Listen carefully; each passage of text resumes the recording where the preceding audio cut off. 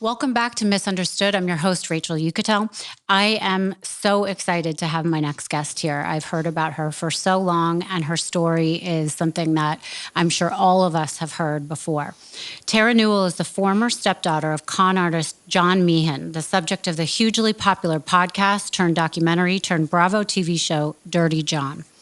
For years, John was a veteran con man, pretending to be a successful doctor so he could prey on single, middle-aged women and financially and psychologically abuse them. This is what happened to Tara's mother. His life ended when he attempted to abduct and stab my next guest. She fought back and ended up killing him in self-defense. Tara, I'm so glad you're here to talk to us about this story. Thank you. I'm so glad I'm here on this planet. Yeah, well, there was a time when that was, a question of whether or not you would survive, right? Yeah, no, and really that introduction is really eye-opening because it puts reality in my mind, and I almost lost my life. And, I'm so happy to be here because of that certain situation. Right. So before we get into all the details of that and what people may or may not already do know, talk to me about your childhood, where you came from, and how you got to the point you got to. So where are you actually from? I am from Orange County, California. My parents had a house. Well, they first got a house together in Orange Park Acres. It was a really big property. Our next door neighbor was someone that was a Rams linebacker or defender. I don't know the players on the football team, but he was a player for the Rams. And so we grew up in kind of this lavish lifestyle, this Orange County lifestyle. So Orange County is a bit conservative as well, Christian. And my mom and dad, their relationship was a bit toxic in the sense that they fought a lot. I don't think healthy communication was really talked about as it is now. And so I don't think that they really were able to communicate with each other. And my father had also struggled with, everyone in the family kind of struggled with some things here and there. Mm-hmm. So it was a childhood where I ended up having a lot of nannies because my parents were hard workers and they both had established careers. And then my sister and I were kind of like the second round of children, if that makes sense. So my mom had a daughter and a son in a previous marriage. And then my dad had a daughter in a previous marriage. So we were like the second round of kids. Got it. And okay. those kids are always not as looked after, if that makes sense. Mm-hmm. Where we had nannies, my mom's kind of just like, okay, I've done this so many times before. I kind of know what I'm doing now, but let's just throw the stuff in the car and get going. You know what I mean? Where everything before was like, okay, here's your lunchbox, here's this, everything's labeled. That's what my sister and brother grew up with. And then I grew up with just like, okay, here's the lunch money. We have nannies coming to pick you up. We're working, And of course, my mom loved us the same and my father loved us the same, but it's just a different childhood. Of course, yeah. So your parents divorced at some point? How old were you when that happened? I was 7 years old when they got a divorce. My mom came in the room and she told me that my father and her were no longer going to be together. And I actually told her that that was okay because I didn't like them fighting. And my sister was upset about it, but I was actually okay with the divorce. And after the divorce, did you end up staying with your mother and your sister? So my mom had partial custody with my dad. However, he had us every other weekend and I think 2 days a week here and there. Okay. So talk to me about your relationship. Your sister's name is Jacqueline, right? So your and Jacqueline's relationship with your mom as you got a little bit older and into her newly dating relationships? How was that? Well, my mom always wanted my sister and I to have a father. And she saw that the divorce was a lot for my father to go through. So, I mean, he wasn't as around as much as we would like him to be. And my mom, and he was there for us, but he wasn't there like every single day, you know? And my mom really wanted us to have a father figure in our life that was there every single day. And she wanted this marriage as well. So she kept going and looking for the perfect guy. However, she didn't have the greatest picker. And she ended up marrying this guy who was a dentist. Then he ended up stalking her and ended up taking her to court, getting alimony from her. She ended up having to pay like him $3 million. Wow.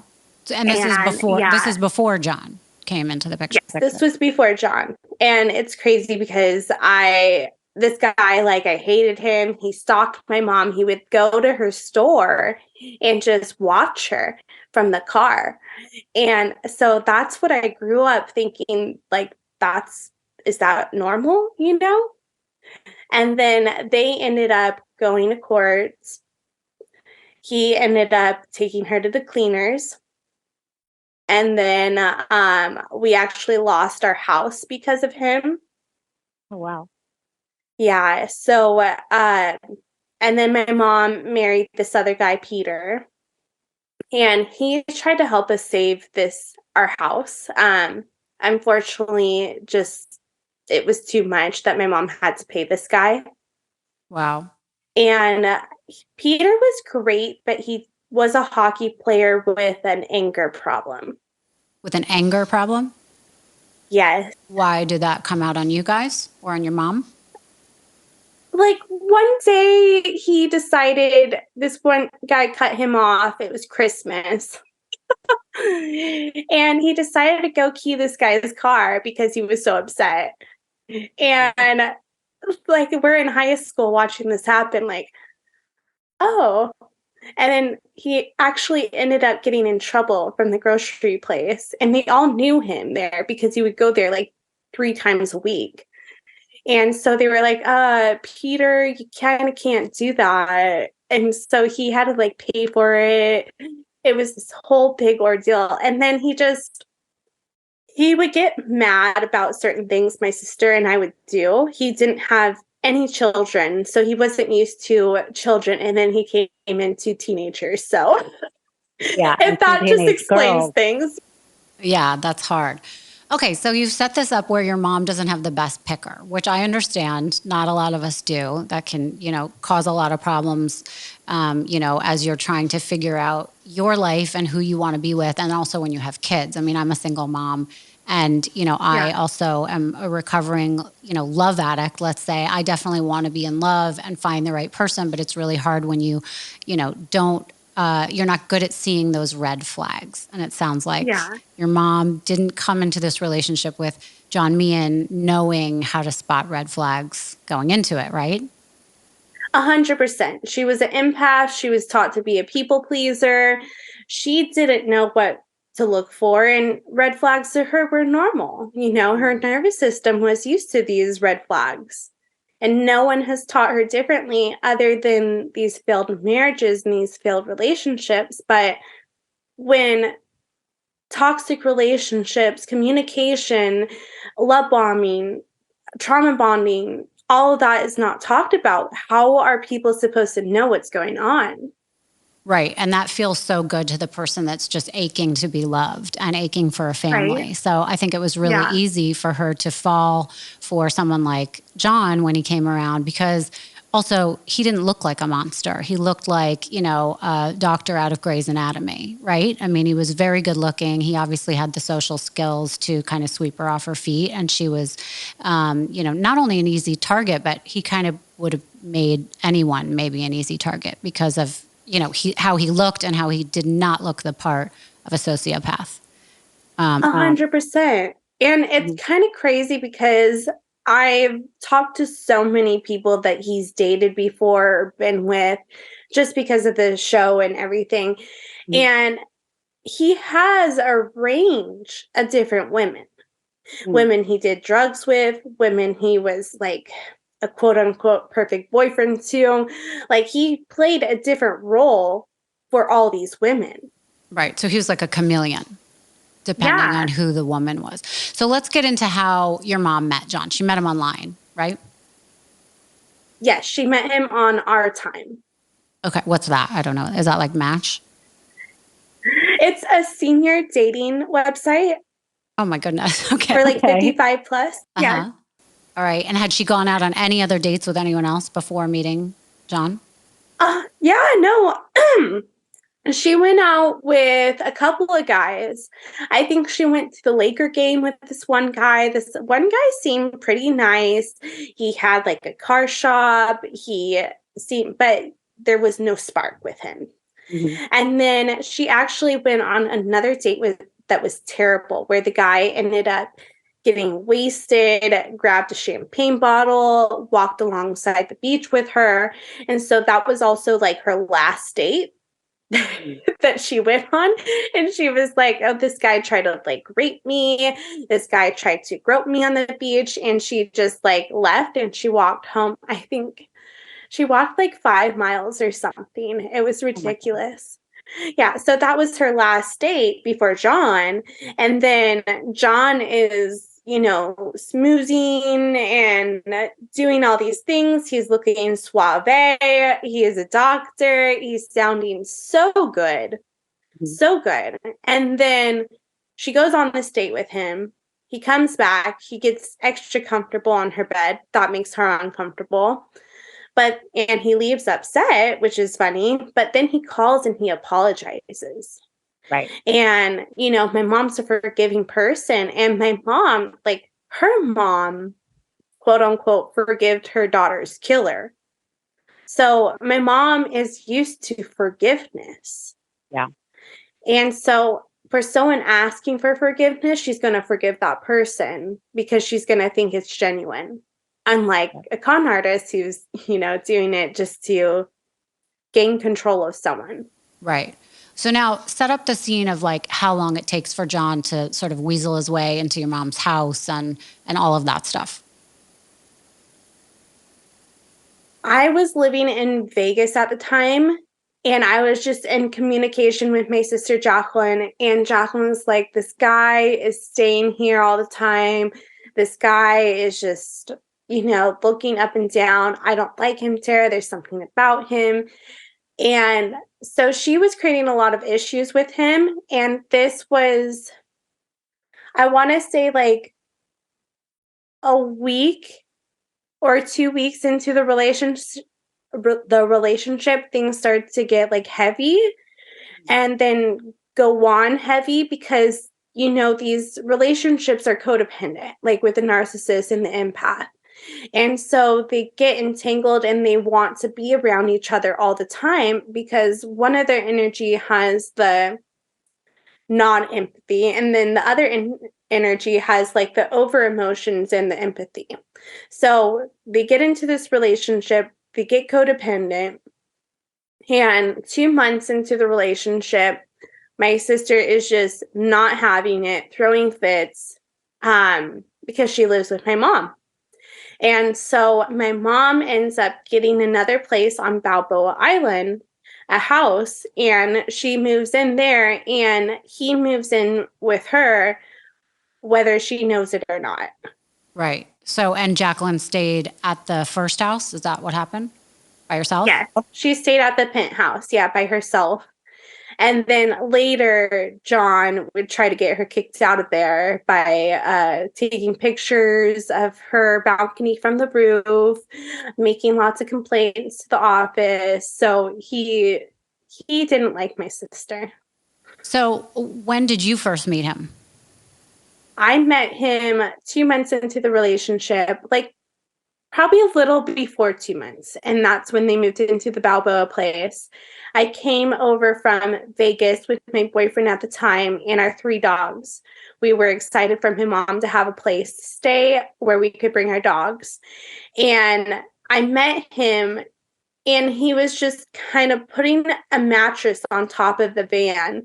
And then my boyfriend at the time went over to help him, and he just didn't want help from him. Which Jimmy did have a cast at the time. So I guess maybe that wasn't helpful, but you still accept help from someone when it's offered to you. And John was just kind of cold at first, and we were like, okay, I think that's my mom's boyfriend. And then my mom got down, and then she introduced us, and he just wasn't very warm to us. So how long did it take you to have some red flags, or was it immediate besides that interaction?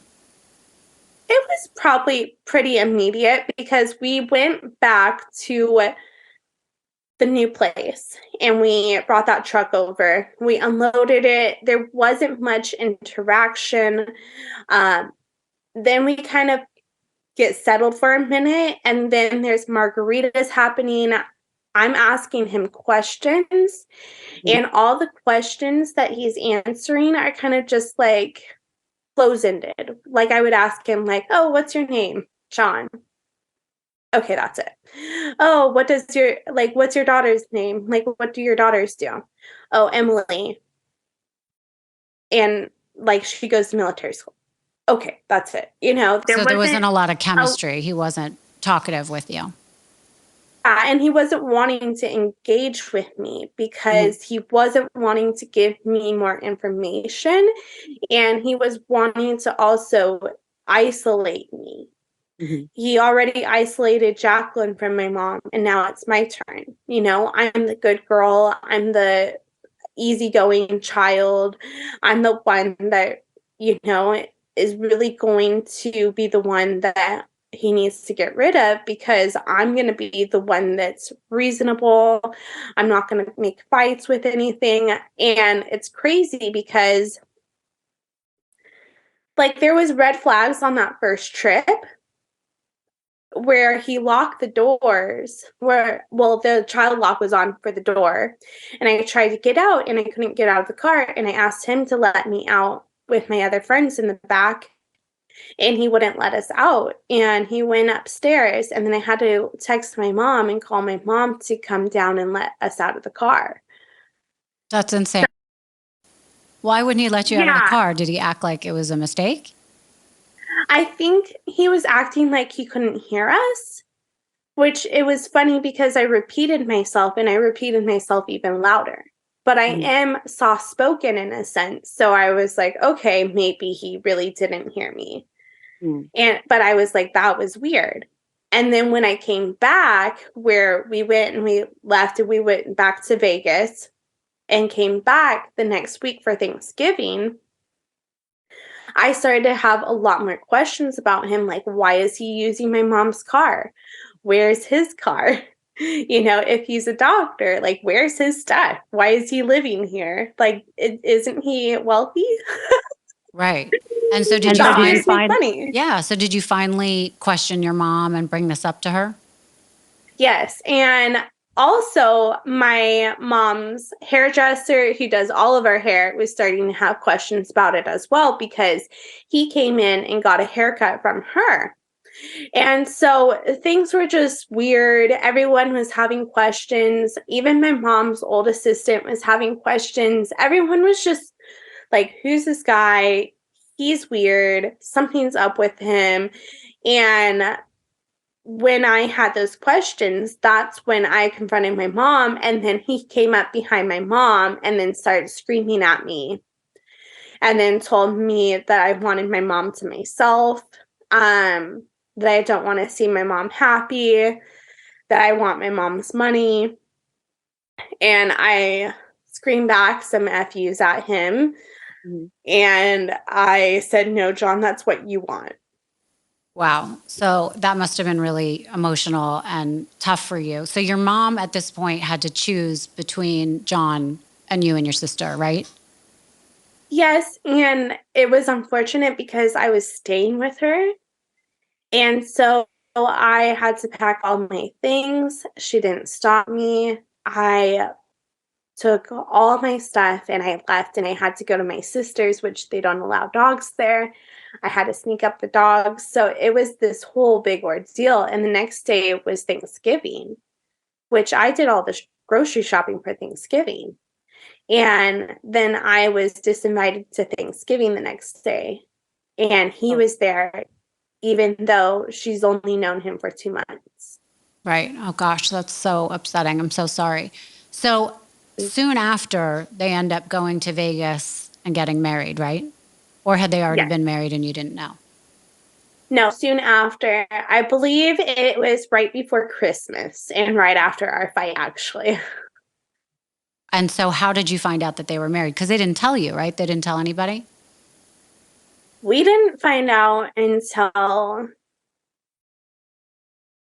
like a while later, until we were doing all the investigation, until we found like paperwork or something saying they were married, or maybe my mom told us one day, but we were trying to get her away from him and we didn't know she was married to him. Mm-hmm. And how did she react when you confronted her and told her you knew she was married and you still were not a fan and all of that? To be honest, I don't think we even brought that to her for a while. I think we kept that to ourselves Okay. because we were just in shock. We were like, "Oh my gosh, she's married to him now." And I don't think we were having like too much communication with my mom. It was like I would go see her for lunch, only lunch, because she wasn't allowed to go do dinner with me because she had to be back for dinner with John. Mm. And I would only see her like certain times. So there was very limited communication. And I think that's why we didn't bring it up to her, because we didn't want her to know that we knew more than we did. And at this point, did you know that he was a drug addict? Did you know that drugs were even involved in this?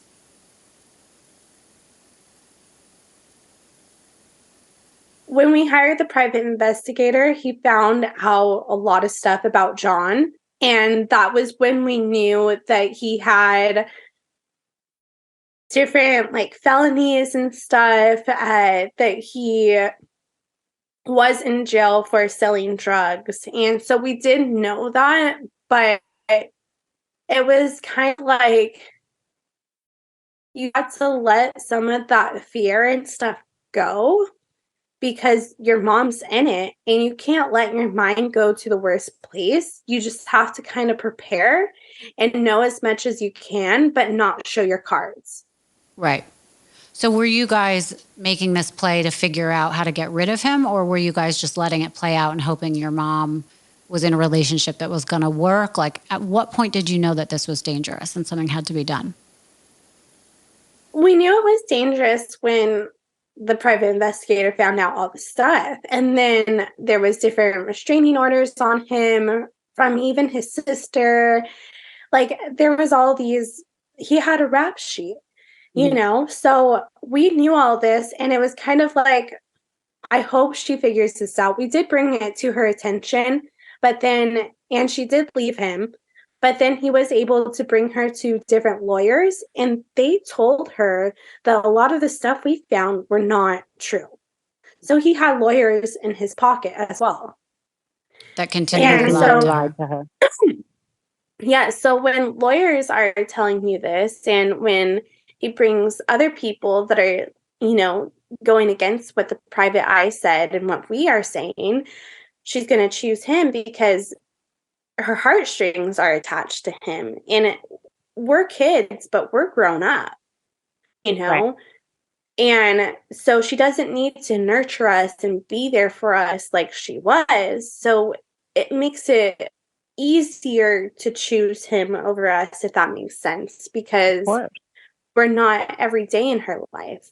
and he's there every day and doting on her and, giving her different feelings than we give her. Right, of course. So at some point, Jacqueline actually tracked his car, right? And you guys started following him and really getting involved in this like crime junkie investigation on him, correct? Tell me all about that.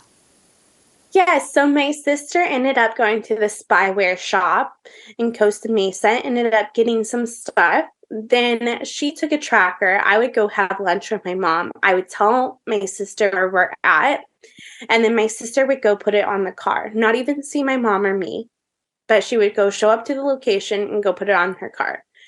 And then she would go like take it in and off her car so that she didn't quite know. And we were like, you also have to like recharge it or something. So I would just go to lunch and be like, okay, I'm going to lunch with mom here. She would go take the tracker off the car and on the car. Wow, that's amazing. All right, so what point did this come to a head?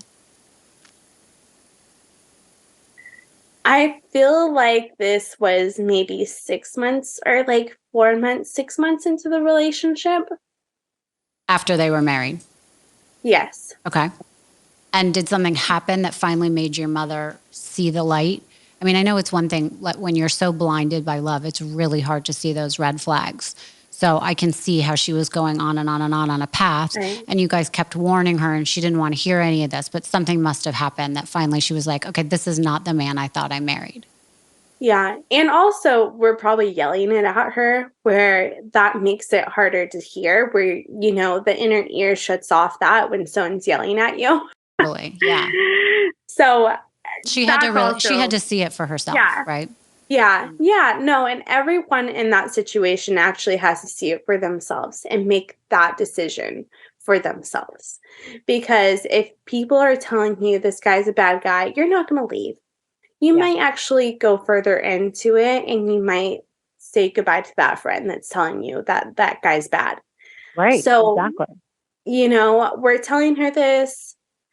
And at one point, it was like, okay, I had to kind of just say, okay, I'm willing to work with stuff with John. And he never wanted to work with me. Wow. And so I was the one being like, okay, I'm willing to work. I'm willing to talk. I'm willing to do stuff about this. And he was never willing to do it. So in my mom's eyes, like, why wouldn't he be willing to talk to my daughter? And I just started just become like the narcissist dream in a sense. Just like people pleasing to her, just like, okay, yeah, I would love to meet him. I would love to do this. Why can't he have a conversation with me? Oh, that makes me bummed. Just being like that. Right. So you changed your tactic. Instead of yelling all these facts at her, you decided to go along with her and try and be the good daughter and act like it was just hurting you instead. And you Yeah, wanted to be part of his life. That's so smart. yeah, yeah. And then he ended up getting a dog, moving to Vegas with her. They ended up getting another apartment together. And it's just crazy because I'm forever the person being like, okay, okay.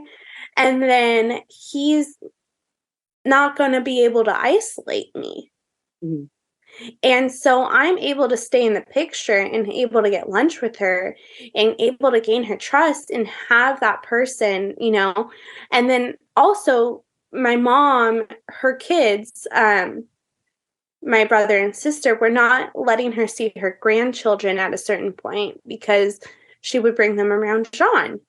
And Oh, John was wow. dangerous. Yeah. And like the other day, my niece shared with us that, and we kind of knew this and we did know this, but I didn't hear this story. Like I heard this story in a different view, if that makes sense. Like Mhm. he shared with my niece, who was 8 at the time, what the birds and the bees were. And then he also, I guess, showed her twerking videos and then also asked if she could twerk. Wow. And for me, just being in the true crime world too, like I'm going through so many grooming books and perpetrators, and I was like, wow, That's grooming. Mhm. You know, asking a child to watch something inappropriate, asking them about sex, and then asking them if they get twerk, that's 100% grooming, Right.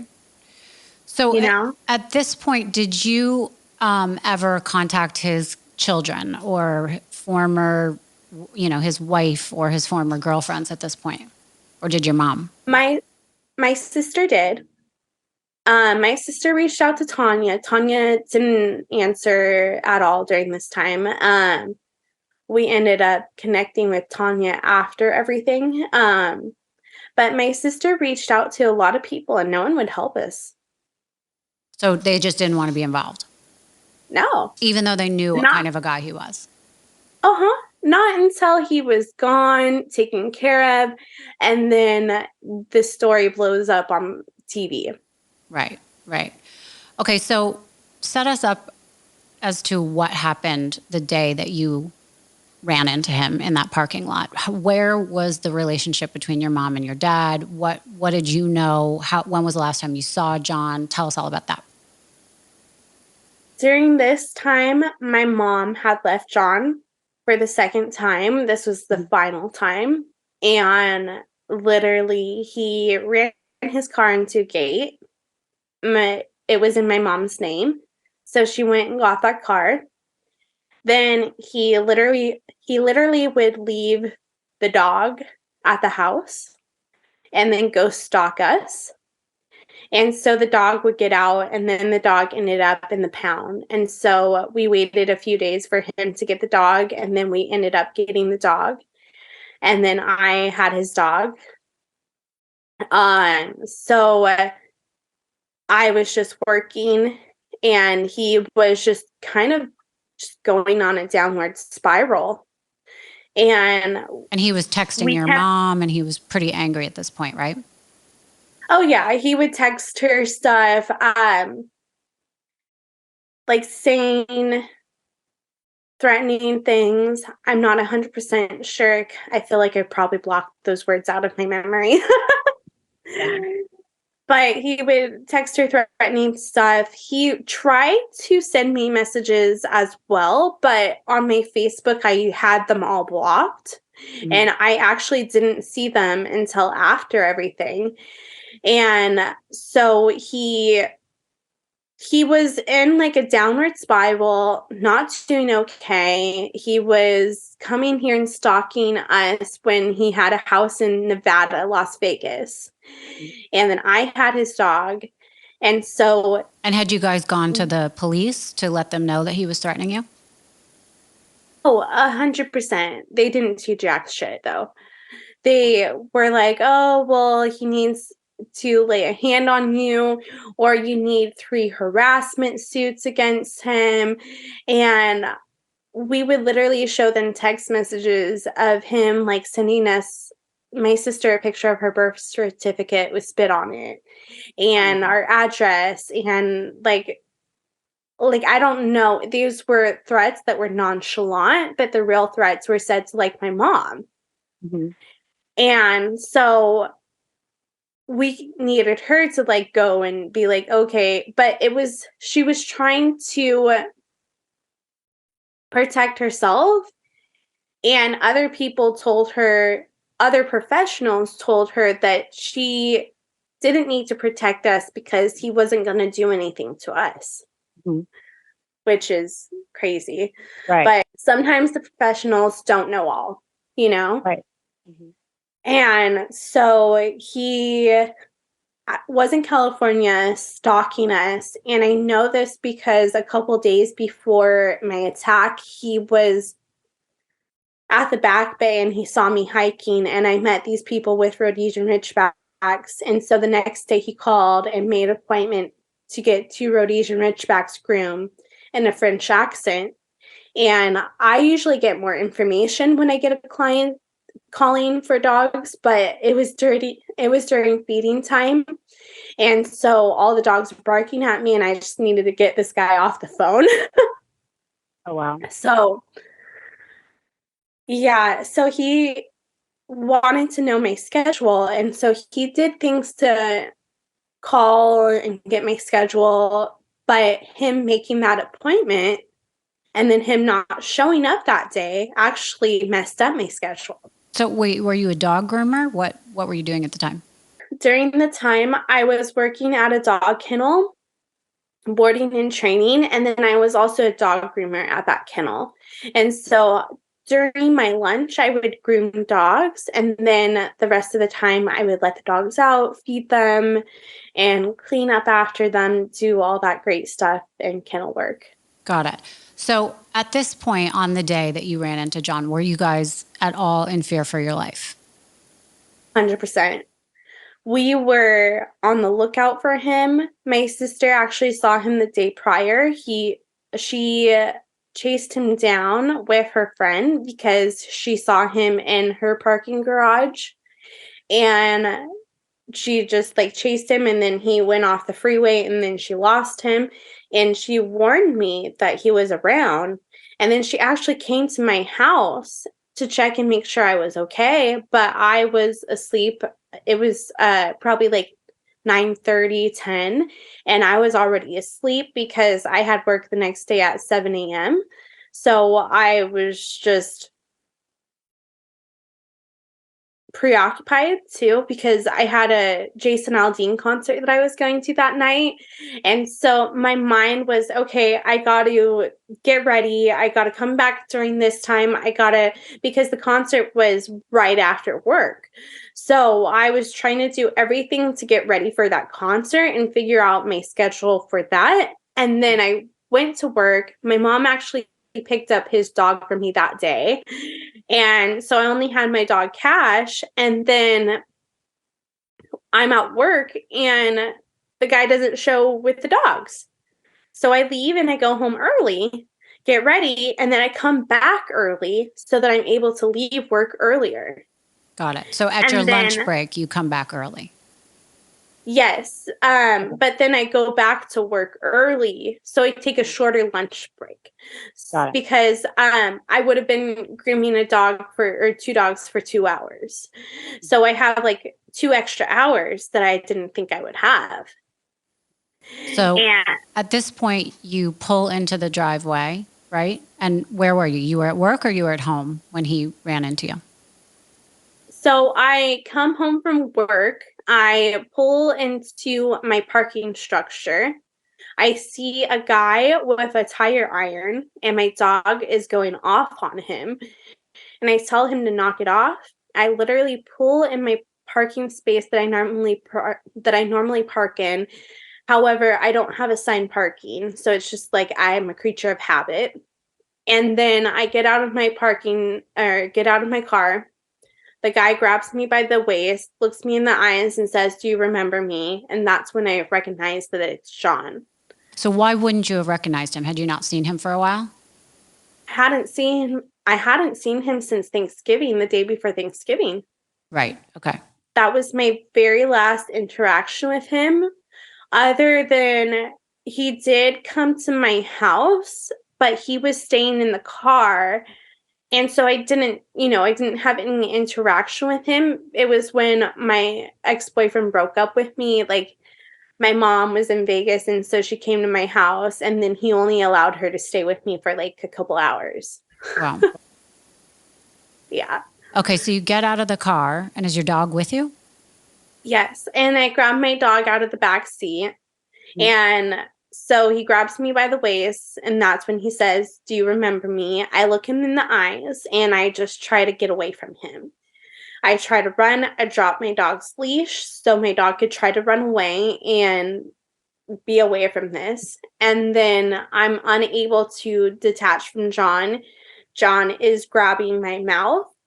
I bite him as hard as I can so he is not able to close my mouth or cover my mouth.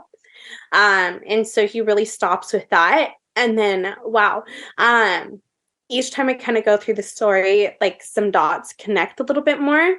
But this is when he goes straight to like punching me, so I thought, but he was really stabbing me in the chest. Wow. And then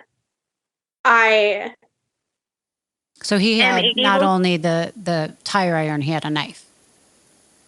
Yes, but the tire iron, I don't know what he did with it. It's probably like on the floor or something. He had the knife in a Del Taco bag. And so that's why I also thought I was being punched.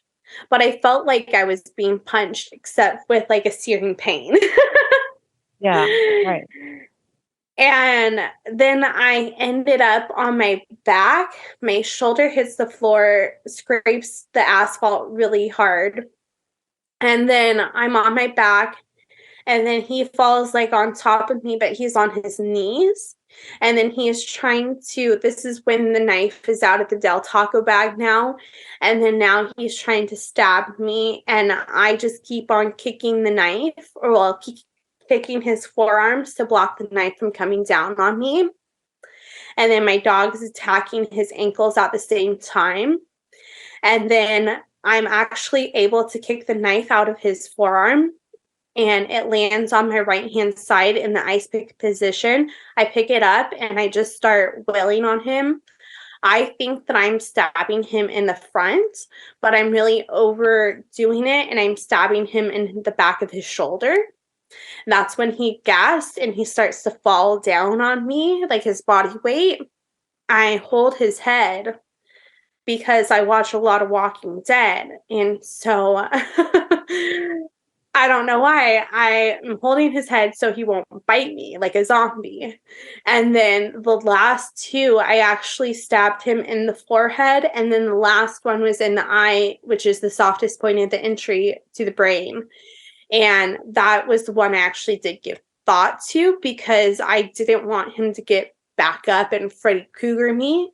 So I did that one. And then I pushed his body off of me. And then I scooted back, and then I tossed the knife away. And then I start just like looking around, assessing the situation. I see that I have a 1-inch stab wound in my forearm. And so I start applying pressure to that. And then I see my dog starts eating the Del Taco in the Del Taco bag. I'm worried that that's poison. And at this time, a white lady, and like middle-aged lady in her 40s, walks up with her yellow lab, like a English yellow lab. And then she asks me, what can I do to help you? I see that I'm already covering up the blood and slowing down the bleeding. So I ask her to grab my dog, and then she grabs my dog. And then that's when this guy with dreads came up. He asked me what's going on. He sees that I'm bleeding, gives me his sweater to slow down the bleeding with a sweater opposed to my arm. And then another girl, Skylar, the 14-year-old lifeguard, comes up, and she's like, I'm Skylar, I'm trained in this. And then the other guy goes and gives John CPR. I start freaking out because I'm like, that guy just tried to kill me. He might try to kill you. Don't do that. And that's when I walk down the hill. I need to get away from John. And then Skylar walks me down the hill. And then I start I get my phone. I start calling my mom. I tell her, I'm so sorry. I think I killed your husband. I knew he would do this. Because I also had dreams about me stabbing him before any of this even happened. So I believe that was like my body's way of preparing me for this attack, and, premonitions, and whether God, the universe, whoever gave that premonition to me to prepare myself for that, I believe that was a gift. Mm-hmm. And so I just started calling my mom, telling her I'm sorry. And then I called my ex-boyfriend, because we were kind of in a limbo, weird after relationship thing. And then he was the one that was there and knew who John was.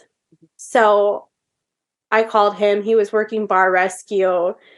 And then he comes and he flies down to see me for a few days for that. But then The Walking Dead The Walking Dead, I watched so much of it. I would watch the first episode and I would watch it again, and then I would watch the Talking Dead, and then I would watch another episode again. Like, I was that obsessed with it. So you knew exactly what to do and how to hold a knife and how to get someone off of you. That's pretty amazing. Thank you. And then I also did have a benefit of me coming from the dog kennel, having my dog with me also, and then wearing rain boots because I had more mass and I wasn't wearing like dainty heels. I wasn't wearing sandals. I had a sturdy boot on for kicking. Wow. Okay. So how long did it take for the police to clear you in this? It was kind of blurry because I had a stab wound in my forearm and then I had one in my chest. And they didn't realize that I had the one in my chest until I was done being interrogated. So like 4 hours. Was there any question that, what had happened, or did they know that you were doing this in self-defense? Well, I was a 5'2" girl against like a big guy. There was a lot of questions. Mhm. They're like, wait, what? How did this even happen? How is she even like not, because these defensive wounds I have are like very minimal. So, for them coming into this situation, they're like, oh, this is what she's saying. This is what, but we have to go through all the evidence. And so they interrogated me, but they did let me bring my dog with me. But I also was kind of a bitch. I was like, if you don't let me bring my dog, I'll sue you guys because I have a doctor's note for him. And I did have a doctor's note for him. And he went to the hospital with me in general whenever I needed blood work or anything done. So he was already trained to go to the hospital with me. So if they didn't let me have my ESA dog with me, I would have lost it even more. Yeah. Wow. So he really protected you. I saw those pictures there. Thank you. Yeah. So he protected me, and they let me bring my dog, and then they questioned me. And then I ended up having another stab wound in my chest when I was about to get discharged and go home. And then because of that stab wound, they had to send me to the ICU. And so I ended up getting an ambulance, going to a completely different hospital. And then I don't know if anyone's been in the trauma unit, but it's very scary. No, tell me about it. So I was in the trauma unit at UCI, and there was people screaming. There was other people. I heard like someone else got stabbed that night that came in, but like it sounded like more so gang violence. I was in like this little area with a curtain, and so it's like you heard everyone screaming everything. I didn't know if anyone was coming after me because I just killed a guy. Right. And I didn't know if he had a partner, anything. So I was on edge thinking that someone might come in and try to kill me again. And then it all gets blurry because I ended up getting into a room, and then I'm just like, I can't be here. I'm so on edge. So they gave me Ativan, Zofran, and lots of other stuff. Right. So eventually you found out that John was on life support, I think, right? And then eventually died, correct? What happened with him? So I found out he was on life support because they were actually trying to bring me to the same hospital as him. Mm-hmm. And I denied that. And so I ended up going to UCI, and then he was in Global in Huntington, or Westminster, somewhere around there. And so I didn't find out more about that until I was out of the hospital, which I was in the hospital for a couple days because they had to do exploratory surgery on me to see if I was bleeding out. And they wanted to run more tests and stuff. But luckily, I'm totally fine. That stab wound was not harmful to me. It was superficial in a sense. Well, I mean, I still was cut and stuff, but it didn't hit any of my vital organs or anything. So I was very lucky in that sense. And I found out probably like the day it came back or like the day after. I was on a good amount of stuff. And oh, wait, no, that's when Jamie came in when I got out of the hospital. And then I was there. And then the following day is when his sisters and stuff came, brought flowers. And then that's when we kind of got more information what was happening to John. And my mom also talked to my sister and I about what was going on with John before the sisters got there. Mm-hmm. And we wanted my mom to sign over the life rights to his sister because she was in charge of him. Right. And we didn't think that would look good for her to do that. We didn't think she should have that responsibility.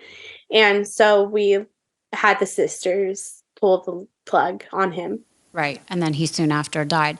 So what was people's reaction after they found out that you had killed him in self-defense? Finally, were these people coming to your defense and saying, yes, this is something we went through and we're so happy that he's gone? I've honestly found out a lot more since, to be honest. Recently, I found out that some of his family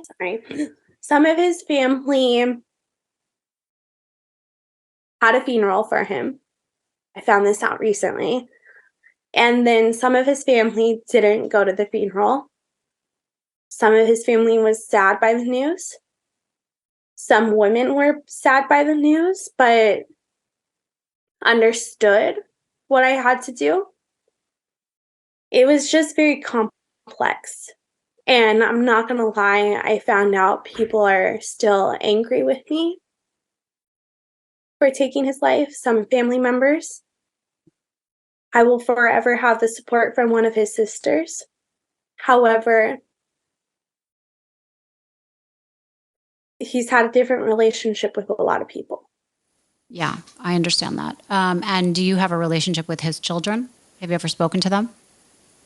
Yes. No, I love Emily and Abigail. I guess he has another son too, and then another daughter. Yeah, one of the daughters will never know he's her dad, though. She has a great stepdad in her life, and she also is a little bit mentally.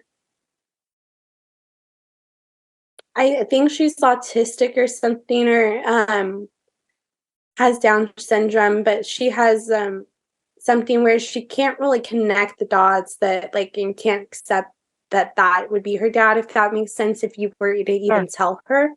Right. So he has a daughter, that one daughter, and then he has two, Emily and Abigail from Tanya, and then he also has a son that you find out in Tanya's book that he has. And I also found out from her book that he had a son. And I was like, wait, Tanya.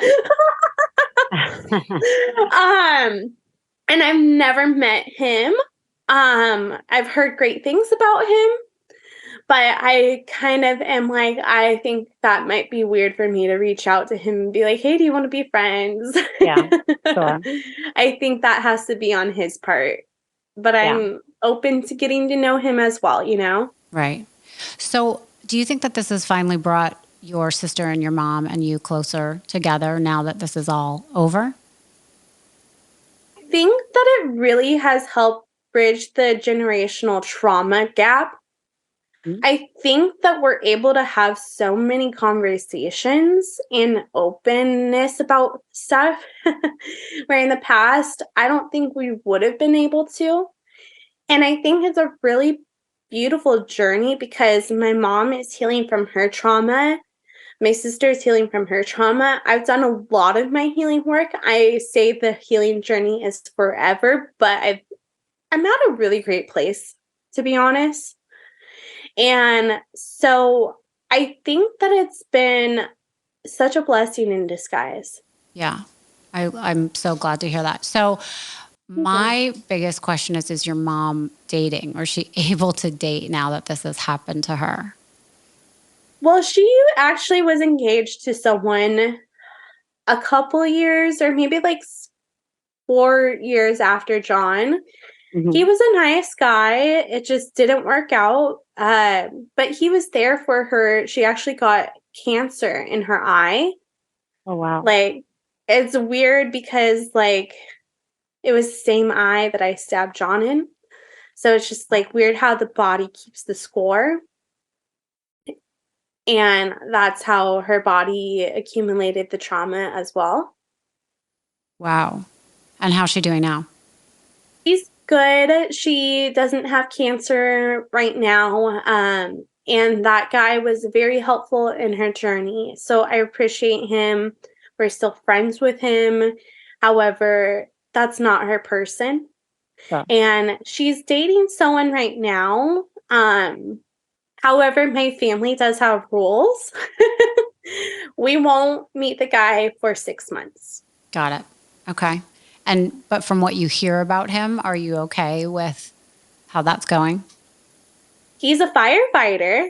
Okay. And so that's great to me because it means that you like to help other people out, but you're not looking for that big paycheck. Right. Okay. Well, that's good. So what would your advice be to people that are going through some sort of a trauma or they've been through a trauma? I would say my advice is to get help, get therapy, but be particular. Not every therapist is for you. And not every therapist has helped me in my journey. Meet with someone that knows what you're going through. Even don't be closed off to trauma coaches. I do trauma coaching and I get results from my clients where they say, I've been in therapy for 12 years and I've never learned about this, Terra. My therapist never taught me about this. And this has helped me so much in my life, like learning about the nervous system, learning about breath work, learning about narcissism. Like, therapists aren't trained to know about narcissists. You have to look for a therapist that knows narcissism.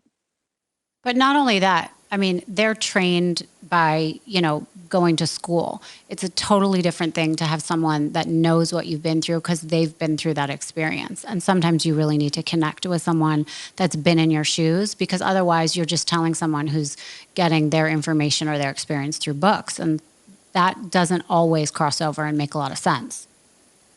100%. Yeah. No, and, they're being taught the DSMs. And there's been a lot of studies that, maybe these stigmas aren't really reality. Mm-hmm. Maybe I do believe that some people are 100% narcissistic personality disorder, antisocial personality disorder. However, a lot of people are so complex. And I want to say abuse is abuse. Toxic is toxic. So if you're in something like that, get out, try to figure a way out of that. Be careful though. Make the plan. And you have to understand that people can be toxic, but those people, if you don't enable them, maybe they might be able to learn and grow. A true narcissist, a true antisocial personality disorder, I don't think can truly do that. But if a person, say, was diagnosed borderline and they have a copious amount of trauma, maybe they just need to work on that trauma and heal from that trauma. And then it might make you aware of the other things and your other behaviors in your life. Where I have been that toxic person at times, and I can say I'm not a narcissist. I'm not bipolar. I'm not borderline, but I've been diagnosed as those things. And then until I really got with other therapists after my attack, I've asked them about those diagnoses and they've been like, no, you have CPTSD. And what would your advice be to people who know someone in a toxic relationship, how to sort of help them communicate that, communicate what they see so that those people can get out of danger. Because like we were talking about earlier, sometimes when somebody's so blinded by love, they just do not see it. And then they end up isolating themselves from all their friends. And it becomes really dangerous. I think that if you're that friend, you need to 100% have boundaries for yourself. So know how much you're giving to that person. If you're giving too much where it makes you stressed out all the time, pull back and tell them that you need to do this and do that, but do like a compliment sandwich. Like I like to tell someone if I can't get together, I would love to get together. I can't right now, maybe next Tuesday, something like that. Boundaries don't have to be so hard if you know how to communicate them. Right. So now tell people what you're doing in this podcast that you have. So I have Survivor Squad podcast with Collier Landry. He is a fellow survivor. And we interview different survivors on our podcast, get to know their stories, get to know what comes next after the healing, everything. And it's really interesting because we get to have a conversation with survivors. Mm-hmm. And we all have unique perspectives, but we are able to relate to each other on a whole nother level. And then I also have my coaching. I do Moving Past Trauma Mondays with Collier Landry, where we go through trauma. We teach you certain tools. We talk about certain situations. We talk about the nervous system. We talk about breath work. We talk about so much more. And you really get to learn your relationship patterns, your trauma patterns, and get to know yourself. Does your mom listen to your podcast? She does. She's supposed to be a guest on it soon as well, but we haven't recorded her episode yet because she's kind of like really easily available to me. Right, exactly. She can be the backup when a guest falls out. Yeah. Okay, so tell people where they can find your podcast and where they can locate you if they want to talk to you. My podcast, Survivor Squad Podcast, should be available where any podcasts are available. We are also on YouTube and we have a Patreon. So support us on Patreon. Awesome. Well, Terra, thank you so much. I wish you the best. Please give our best to your mom and your sister. Thank you. I will. Okay. Take care.